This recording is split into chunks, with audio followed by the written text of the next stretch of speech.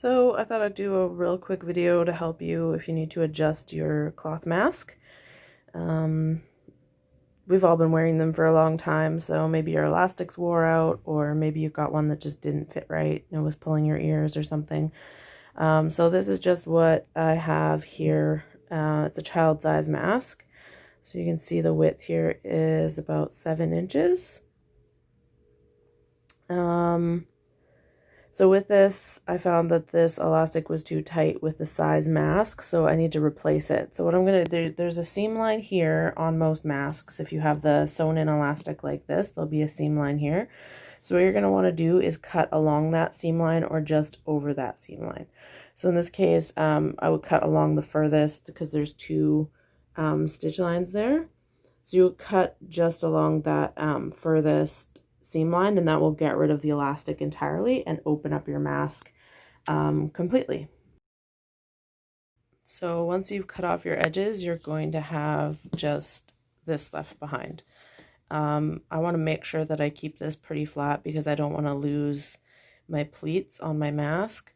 But if you have a different type of mask, that's going to be a little less important. What you're going to want to do is just go in here and make sure there's no little bits left behind. I can feel that there's a little bit of my previous serged edge stuck in here, so I'm just going to want to go in and pull that out because you don't need really that excess bulk in your mask. You can see there's just like little fluffy bits that are in there, so you can cut that out. And then what you're going to want to do is measure the width of your mask. So, or sorry, the height of your mask. And so mine is about 2¼ inches. I'm going to cut a piece of fabric to sew on the edge of this. It's going to make a little casing here that I'm going to be able to put string, shoelace, whatever through, so that I can have more adjustable, like different ties to go around my ears. So the piece that I'm going to cut is going to want to be bigger than this. You're going to want to allow a little seam allowance, and I'm going to do 1/2 inch on either side. So the piece that I'm going to cut is going to be 2¼ plus 1 inch. So it'll be 3¼ inches tall. And then for the width, I'm going to cut it to be about 2 inches or 2½ inches. And then I will sew that on. So I'm just going to cut that piece real quick. Sorry, I don't like have a tripod right now, so it's like super juvenile, but whatever, you're getting the experience, like the details, and that's more important, right? So I've cut my pieces, so there's going to be two, one for each side, and I've cut them to 2½ by 3¼ and this is the right side of the fabric, so what I'm going to do is I'm going to flip that over so that's right sides together, and I'm going to do the same on both sides of my mask like this.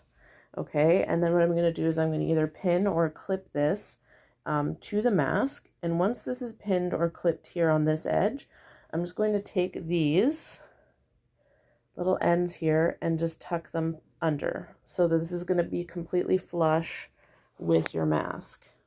This is so hard to do one-handed. So it's going to look like this. So it's completely wrapped around your mask. And then you're going to cut here, sew here at either 1/4 inch or 1/8 of an inch, whatever you're comfortable with. I'm probably going to do 1/4 of an inch or 1/2 inch. And you're going to do the same on both sides. And then I'm going to show you your next step.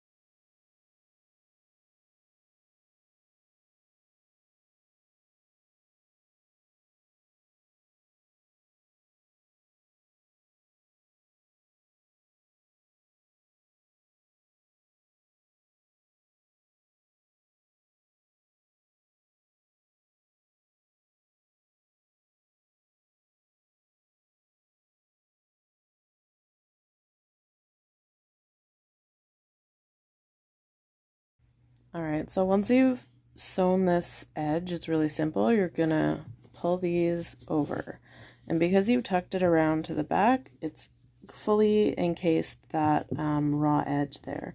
Now if you want it like really trim, you can trim this back to 1/8 of an inch, or you can just leave it like this. Usually I leave it like this. It doesn't really bother me too much, and I'm not really that picky. It's kind of tedious. So you're gonna fold it completely out like this, and if you want to hit it with an iron, that's probably the best thing to do. But if you don't have an iron, you don't need to use it, or if you don't want to, whatever, it's fine. I'm gonna show you me doing it without an iron. So you just fold it like this, and you want this to go nice and flat. And you can see that it's flat because this lines up completely on this edge. And then I actually just pull it in a little bit so that it kind of, you can see there's like a little gap there. So it's actually on a bit of an angle inward. And I feel like that just gives me a nicer, cleaner edge. And then I just kind of finger press it. If you have fingernails, you can kind of scrape it, and it will like completely flatten it. It's like almost as effective as an iron, if not as. So you do that to both sides. This is like, oh my gosh, guys, I'm doing this with one hand. This is so skilled. And once you've done that, fold it over like this so that your fabric basically meets up with that raw edge, and iron it or finger press it again. And then once you've done that, one more time, you're going to fold it right here. So what you end up with, you want it to just kind of overlap this. So you have like a little bit of space here so that you can stitch that down. And your sewing line is going to be right along this edge. You can flip it over if you're like super obsessive and you want it to look perfect and pretty, and you can sew right along this line here or right over it. Like sometimes I'll stitch right on top of the white fabric here, or sometimes I'll stitch right there, which is like in the ditch. And then once you've done that, you're completely finished. You just need to add your elastics, and I'll show you that in a second.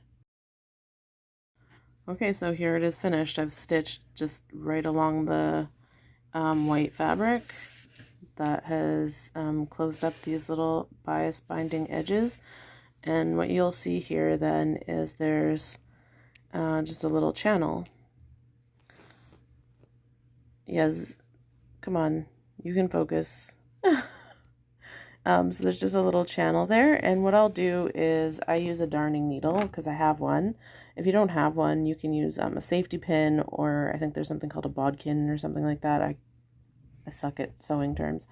But what you'll do is you'll just thread your new elastic or whatever you're going to use through this, and then just slide it through like so and tie it off, and you're good. And then that way, if your elastic wears out, you can replace them as many times as you want. Or if you find that you need to try a different kind of closure, some people will use like twill tape or like a bias binding or shoestrings.